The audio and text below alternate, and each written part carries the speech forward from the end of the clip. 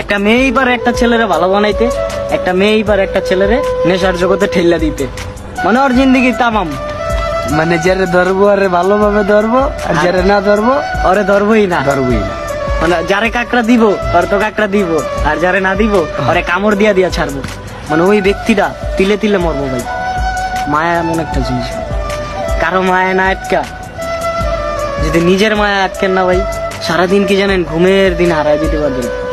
আর যদি মায়ের ভিত্তি আটকা যান, আপনার রাত্রে ঠিক মতন ঘুমটা হইবে না, আপনার চেহারা ভাঙ্গে যাইবে, ফেস নষ্ট হয়ে যাইবে।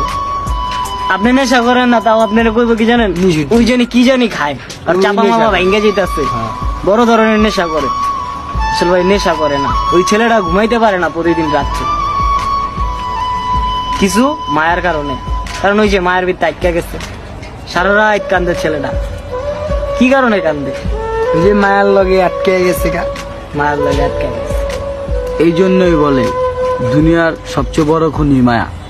মায়া জিনিসটা হইলো যে দাদা, এই পৃথিবীর সবচাইতে একটা তুচ্ছ জিনিস, অনেক বাজে একটা জিনিস, বিশাল বড় একটা জেল। যে জেলে একবার আটকা পড়লে কারো কোনো সাধ্য নাই, কোনো কোডের সাধ্য নাই যে ওই জেল থেকে আপনারা বাইর করবে। মায়া এমন একটা জিনিস, রাইট? এই মায়ার ভিত্তি যদি আজকে আপনার আটকা যান না ভাই, আপনি জীবনে ভাই কিচ্ছু করতে পারবেন না ভাই। আপনার খালি পিছেই টানবো ভাই, সামনে আর বাড়াইতেই পারবেন না। আর এই মায়া জিনিসটাই একটা ছলনাময় নারী দেয়া যায় একটা পোলার লাইফে।